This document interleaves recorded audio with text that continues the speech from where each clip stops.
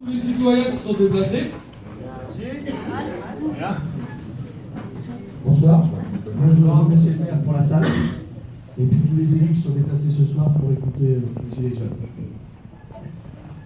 Alors avant de débuter la réunion en hommage à ce qui s'est passé mardi soir et aux victimes des faits tragiques et aussi aux gilets jaunes qui sont tombés depuis 3-4 semaines, je vous invite à observer une minute de silence, s'il vous plaît.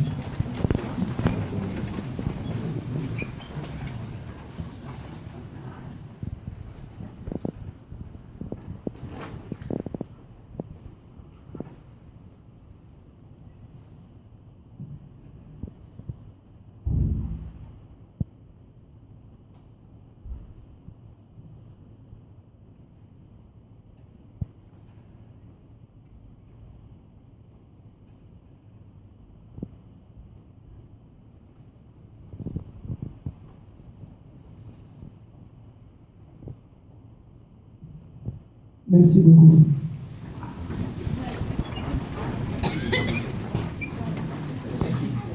Alors, on va vous expliquer comment va se dérouler la réunion. On va donner la parole aux gens. Et on va faire un peu comme à l'école, c'est rigolo. Donc, on va lever la main. On va laisser la personne parler, parce que forcément, on aura des choses à dire, mais on ne va pas l'interrompre, parce que sinon, ça va être un peu la cohue, et puis on va plus s'entendre, surtout qu'on est nombreux. Hein. Donc tout le monde aura le droit à la parole, mais chacun son tour. D'accord? Alors maintenant je vais me présenter, je m'appelle Nathalie, je suis chauffeur de taxi actuellement au chômage et je fais partie des Gilets jaunes. Moi je m'appelle Rafi, je suis conducteur de travaux et je fais aussi partie des Gilets jaunes. Donc moi, David, je suis dans l'exploitation et dans la traitement dans une société de transport routier. Christophe, traiteur, patron. Bonjour, moi c'est Hugues, je suis ouvrier dans une usine Astelé. Julie, animatrice auprès d'enfants.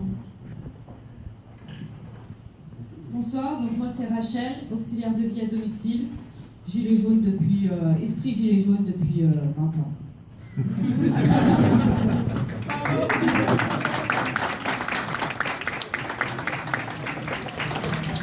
Bonsoir, moi c'est Nadine, demandeuse d'emploi et je suis Gilet jaune aussi. Bonsoir, donc moi je suis la deuxième Rachel et donc je suis secrétaire. Les Gilets orange. Alors vous devez vous poser la question. Ah oui Romain, excusez-moi. Bonsoir, moi je suis Romain, je suis formateur. Voilà, vous devez vous poser la question pourquoi vous avez tant de personnes devant vous. C'est tout simplement parce que nous avons organisé cette réunion.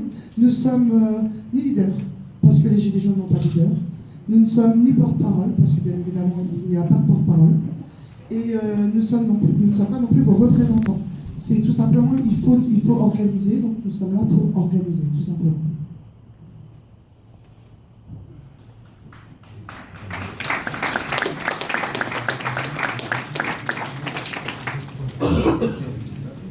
Quelqu'un voudrait prendre la parole?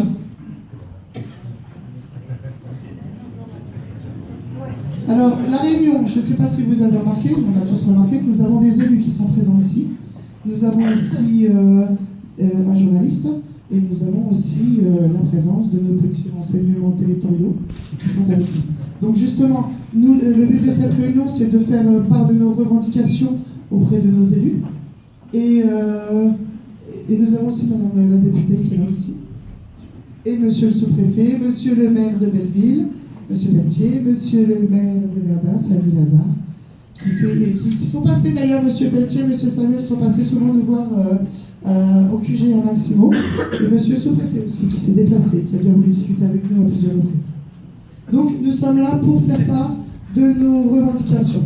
Alors si quelqu'un a quelque chose à dire au sujet de ce qui se passe en ce moment, eh ben, c'est vous levez la main, on vous passe le micro avec grand plaisir.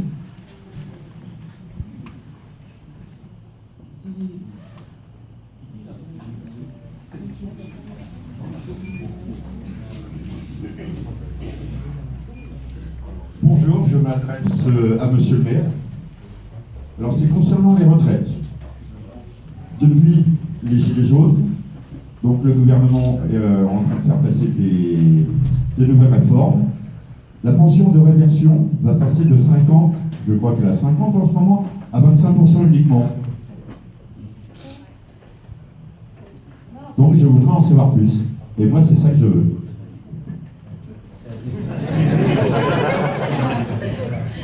Alors, bonsoir à tous. Donc, je vais répondre à vos questions au fil de l'eau. La réforme du régime des retraites qui est en cours, elle n'a pas du tout vocation à baisser la pension de réversion.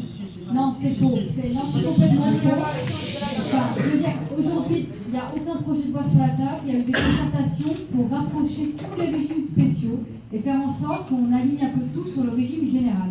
Aujourd'hui, on a des régimes spéciaux de retraite qui fonctionnent très bien pour certains et très mal pour d'autres. Et notamment, on a, je parlais à un commerçant, mais voilà, le régime par exemple des commerçants, il n'est pas très bon, il n'est pas très efficace. Il y a beaucoup de petits commerçants qui se retrouvent à la retraite avec un niveau de retraite qui est très faible, voire qui sont au minimum vieillesse. Donc on est en train de faire en sorte que chaque personne qui cotise ait droit à la même retraite. C'est-à-dire qu'en fonction de ce qu'on cotise, on a droit à la retraite. Et il n'est pas du tout question, et ça je peux vous dire que personne, ni à l'Assemblée nationale, ni au Sénat, ne fera passer une réforme des retraites qui mette en cause les pensions de réversion. Et je vais vous dire pourquoi. Parce que la pension de réversion, c'est un des fondamentaux de la solidarité nationale entre un homme et une femme, dans un couple marié. C'est la famille, c'est le fait que dans une famille, on se partage aussi les temps de travail. Parfois, l'homme arrête de travailler, la femme arrête de travailler, et il y a une solidarité nationale que nous comptons bien évidemment maintenir. Donc ça fait partie de tout un tas de fausses informations qui circulent aujourd'hui, et je vous le dis, il n'est nullement question de baisser la pension de réversion à 25%. Voilà, ça c'est ma première réponse. Après, si vous voulez, je vous laisse poser toutes vos questions, mais je vous exposerai où on en est aujourd'hui des mesures qui ont été annoncées, comment on compte les mettre en œuvre, combien ça a coûté au budget d'État, comment on va faire pour financer ça. Moi, je suis à votre disposition pour répondre à tout ça, mais d'ores et déjà, je peux vous rassurer sur ce point-là. Toujours concernant les retraites, M. Macron a dit une dernière question. M. Macron a dit qu'il ne toucherait pas à la retraite à 62 ans. Et il parle de la mettre à 63. Elle est passée. Voilà. Elle est déjà Donc passée. l'honnêteté, 62 à 63. Elle est déjà passée. On ne peut pas faire confiance à un gouvernement.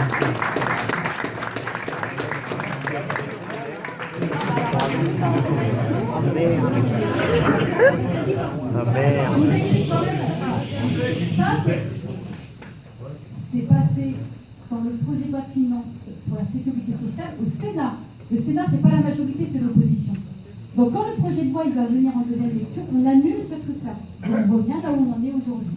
Donc les sénateurs ont effectivement augmenté l'âge de la retraite. Voilà, vous savez comment ça fonctionne. Ça, c'est des jeux purement politiciens. Donc nous, jamais on a dit qu'on allait monter l'âge de la retraite. D'ailleurs, ça fait partie de nos engagements de campagne. Et donc, d'ailleurs, il me semble que le projet de loi de finances de la sécurité sociale, on l'a finalisé la semaine dernière et on a annulé ce truc-là. Donc là aussi, le Sénat fait passer quelque chose, mais sachez que là, demain 8h, je suis de nouveau à l'Assemblée nationale en commission des finances pour remettre le projet de loi de finances aussi en bon ordre, puisque le Sénat a complètement modifié la loi de finances. Donc c'est comme ça, il y a deux chambres, mais sachez que finalement, c'est l'Assemblée nationale qui a le dernier mot sur ce sujet.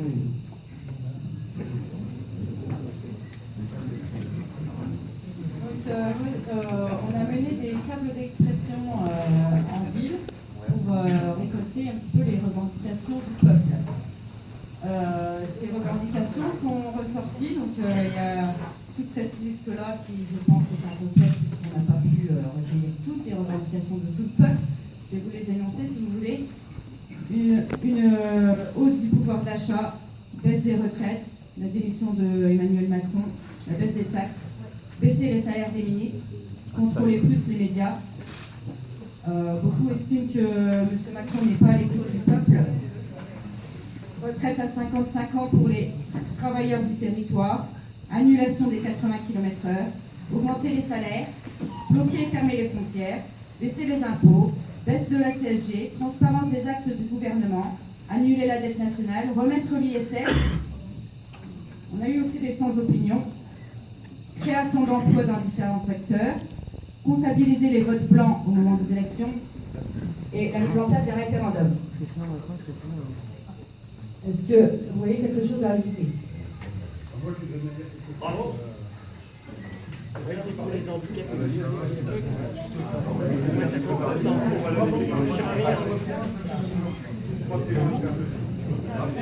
Tu lèveras la main aussi, Mélanie, le micro il est parti là-haut. Continue à lever la main pour qu'il te voit après. Alors Aline, aide-soignante, moi dans mes revendications personnelles et celles qui toucheront plus grand nombre, je demanderais qu'on préserve nos services publics et aussi qu'on mette les moyens dans les EHPAD pour qu'on puisse soigner correctement nos personnes âgées ou malades.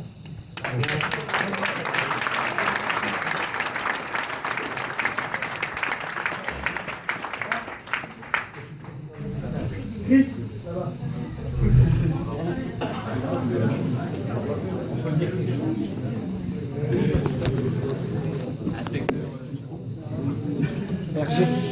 Moi, il y a un truc par contre que je ne comprends pas du tout, c'est par rapport aux migrants. On aide déjà les migrants avant d'aider les Français. J'ai envie de dire non, il faut aider les Français avant les migrants.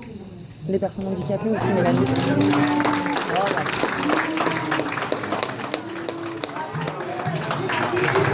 suis pas raciste, loin de là. Je suis loin d'être raciste. Mais il y a les Français à s'occuper avant tout. Il y a aussi Alors, je m'appelle Yolande. J'étais à Pôle emploi, je ne touche plus rien. Là, je suis à la maison, je ne touche plus rien. J'ai fait un dossier, un énorme dossier pour handicapé, parce que je suis handicapé, reconnu handicapé. Et je vis avec 0 centime. Il n'y a rien qui me paye quoi que ce soit. C'est mon mari qui m'aide. Tiens, passe le micro, Yolande. Je l'ai fait, ils ont refusé, parce que j'étais à moins 50%, malgré que j'ai un appareil le soir pour respirer et pour mon cœur. Je trouve que c'est honteux.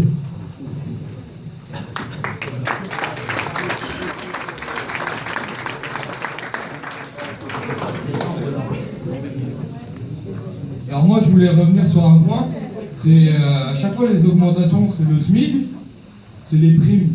Mais à l'heure actuelle, on en a tous marre de travailler avec des primes. Parce que quand on arrive en retraite, les primes, elles sautent. Et en retraite, au lieu d'avoir 2000 €, on passe à 800 €. Donc moi, ce que je demande à l'heure actuelle, c'est l'augmentation minimum et tout de suite de 200 € net sur tous les salaires et une baisse de toutes les charges. Parce que c'est pas une fois que les gens ont fait 40 ans de carrière qu'il faut qu'ils revendent leur maison parce qu'ils ne peuvent plus la payer, et ainsi de suite. Donc arriver à un moment, sur ça, il faut que ça change et complet. Et pas que le SMIC à chaque fois. Parce que depuis 15 ans, 30 ans, on augmente le SMIC. Et ceux qui n'étaient pas au SMIC avant, se retrouvent au SMIC maintenant. Donc arriver à un moment, il faut que tout ça, ça change. Merci.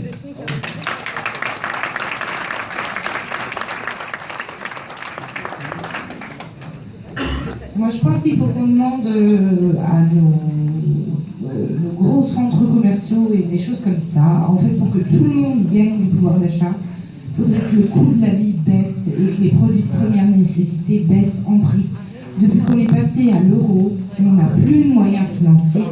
Les prix sont transformés des prix en francs en prix en euros.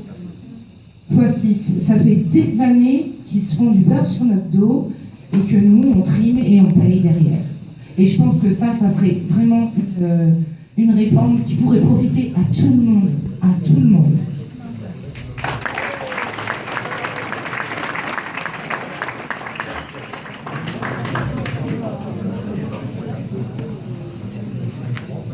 Est-ce que quelques élus souhaitent répondre ? Alors, je voudrais répondre, chers amis, je voudrais répondre à madame qui est aide-soignante. D'abord, je vais m'exprimer en tant que président de l'hôpital. L'hôpital de Verdun, vous le savez, c'est 1700 agents.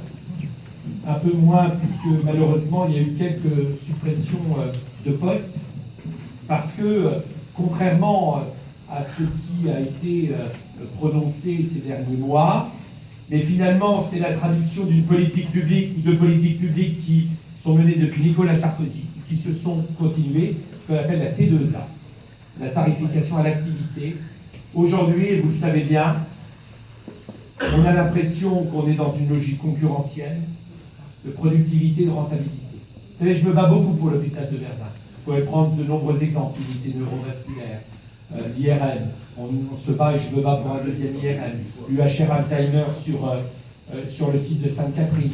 On espère avoir l'autorisation en janvier-février prochain. Le SSR aussi, soins de suite et de réadaptation, ça s'appelle le moyen séjour à des endroits pour celles et ceux qui connaissent. Mais le problème, c'est que, évidemment, on demande à l'hôpital public de faire des économies. Et donc, forcément, ça a des incidences sur la prise en charge sanitaire. Parce que baisse du nombre de lits dans certains services, hier comme aujourd'hui, et ça continue. Et donc, forcément, aussi une baisse du nombre d'aides-soignantes, d'infirmières. La nuit, c'est un scandale, tout le monde le sait, mais aussi la journée de plus en plus. Ce qui se passe, c'est que, incontestablement, les agents, ils se mettent en arrêt maladie. Ils se mettent en arrêt maladie parce qu'ils n'en peuvent plus. Et donc, forcément, l'hôpital qui a déjà les difficultés, et je tire mon chapeau à l'ensemble des agents du centre hospitalier, parce que vous faites un travail remarquable et parce que vous symbolisez bien la République sociale. Mais je le dis souvent, d'ailleurs Yves Pelletier, qui est membre du conseil de surveillance à mes côtés, souvent je dis, je ne comprends pas comment à l'hôpital public, ça ne, excusez-moi du terme, c'est le terme que j'emploie, ça ne pète pas. Parce que les agents ont une conscience professionnelle remarquable. Et sur les EHPAD, il y a une vraie problématique, en effet, de financement entre l'Agence régionale de santé et le département. Et il y a un gros problème, notamment dans ce département, et notamment sur la tarification journée et hébergement sur Verdun et Sainte-Anne. Sainte-Anne, c'est Saint-Miel, puisque l'hôpital de Verdun est fusionné avec Saint-Miel. Et vous avez de plus en plus de personnes, parce qu'on a encouragé les gens, et c'est une bonne chose, à vivre chez elles le plus longtemps possible. Et donc les personnes qui, à un moment donné, eu égard à leur niveau de dépendance, ce qu'on appelle le GIR, eh bien, lorsque le niveau de dépendance est trop élevé, eh bien, les personnes vont en maison de retraite, en EHPAD. Or, il y a moins de personnel. Le personnel souffre et les résidents ont plusieurs pathologies. Et honnêtement, je peux vous dire qu'on fait au mieux. Donc, sur l'hôpital public, il faut bien se rendre compte quand même, et je le dis à Émilie, et elle n'y est pour rien, évidemment, mais à la dernière présidentielle, on n'a jamais vraiment parlé de politique de santé publique. Et tu répondras, mais jamais on a mis sur la table la politique de santé et la dépendance. Parce qu'il faut vraiment un vrai débat sur la dépendance.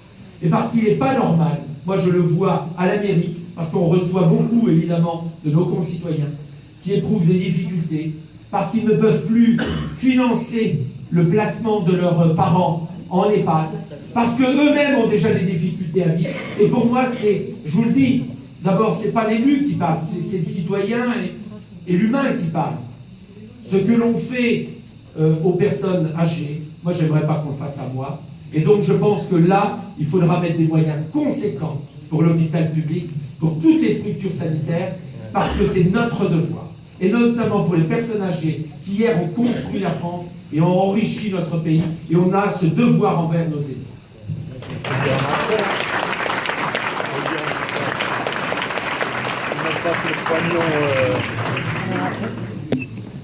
Alors, moi je souscris à tout ce que vient de dire évidemment Samuel Hazard. Je connais bien la situation de l'hôpital de Verdun et pour cause, ma soeur y travaille depuis 30 ans maintenant. Donc j'ai pu voir effectivement les conditions de travail se dégrader au fil du temps et notamment ce que subissait le personnel soignant, les infirmières, les aides-soignantes. Et le fait est que la T2A, ce qu'a développé Samuel, cette méthode de tarification à l'hôpital public, a mis une pression considérable sur la manière dont fonctionnent les hôpitaux.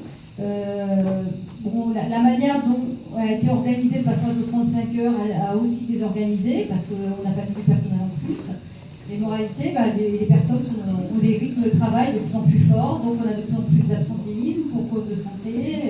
Et puis, du coup, ceux qui travaillent, c'est encore plus dur et c'est un cercle vicieux.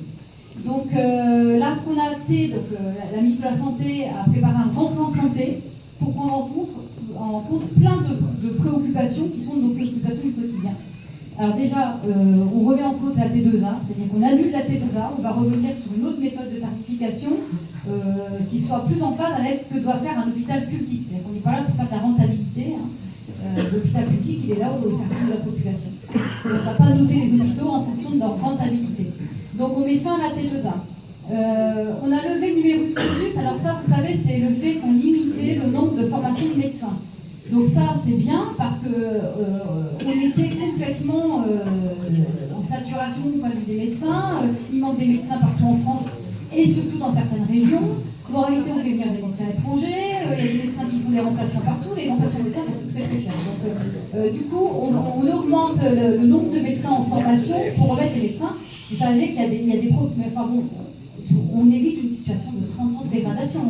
On se rend compte, par exemple, qu'il n'y a plus de gynécologues obstétriciens en France. C'est scandaleux pour la santé des femmes. C'est-à-dire qu'on ne peut même plus faire de la prévention pour le cancer de l'utérus ou des choses comme ça. Donc on remet là en formation des médecins là-dedans. Mais il y en a tellement peu que même pour former des médecins, ça va être long. Donc tout ça, on est en train de lancer. Alors sur la dépendance, là on en fait un grand chantier national. Alors déjà là, on a mis des moyens dans l'hôpital public, en loi de finances de l'année dernière, et puis cette année pour l'année prochaine, et dans les EHPAD aussi. Donc on injecte de l'argent dans les EHPAD parce que c'est clair qu'ils sont dans une situation très délicate et personne n'a envie de voir ces aînés traités de la manière dont ils sont traités aujourd'hui dans les EHPAD, parce qu'il n'y a pas assez de personnel. Donc, il faut remettre du personnel dans les EHPAD. Donc on remet des moyens financiers. Ça fait partie des rares ministères où on met des moyens en plus pour l'année prochaine. Et puis donc le plan dépendance, c'est pour faire en sorte que la solidarité nationale finance beaucoup mieux les maisons de retraite. Parce qu'aujourd'hui, on vieillit de plus en plus longtemps, pas loin, de plus en plus, pardon. Et donc, finalement, les personnes se retrouvent très âgées en maison de retraite et en très grande situation de dépendance. Et les maisons de retraite, ça coûte très cher aujourd'hui. Donc, il faut, comme on va tous se retrouver dans ces situations, ou des gens de notre famille, on est en train de faire en sorte de prendre en charge par la solidarité nationale, c'est-à-dire la sécurité sociale, de manière beaucoup plus forte, la cotisation pour les maisons de retraite.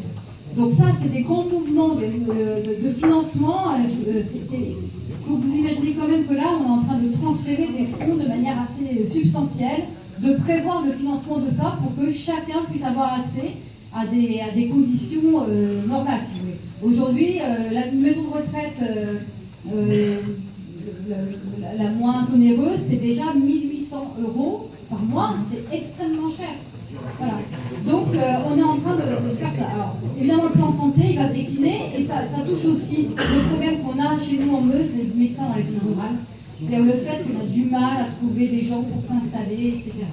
Donc là il y a plusieurs méthodes. Moi je serais partisane pour qu'à la sortie des études de médecine, on oblige les jeunes médecins dans le ressort du CHU d'aller s'installer quelques années, 3, 5 ans, sur tout le territoire qui est lié à ce CHU. Aujourd'hui, ce n'est pas l'optique qui est prise. Je pense qu'on va continuer à pousser du côté parlementaire pour aller vers ça.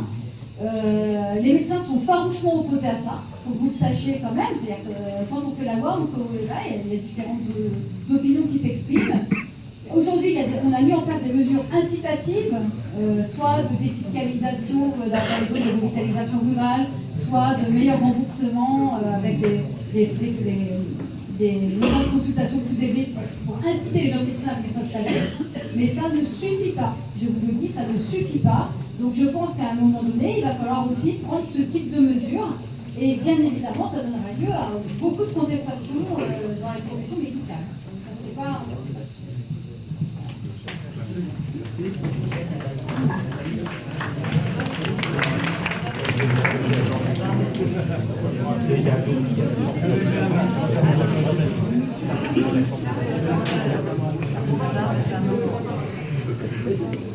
Elle avait levé la main, après on passera là-bas. Bonsoir, juste pour Madame la députée, quand on nous a parlé de la loi pour la loi à 63 ans, comme quoi ça passait au Sénat, une fois à l'Assemblée, une fois au Sénat. En fait, vous faites une grosse partie de tennis et nous, on n'a pas notre mot à dire dedans. Donc en fait, nous, ce qu'on voudrait, c'est que les budgets qui sont attribués au salaire des députés et des sénateurs, c'est qu'on annule le Sénat et l'Assemblée, on fait une RIC, référendum d'initiative citoyenne, et vos budgets de 8 000 € par mois les hôpitaux, ça fait déjà un bon budget de départ pour les hôpitaux. Tous vos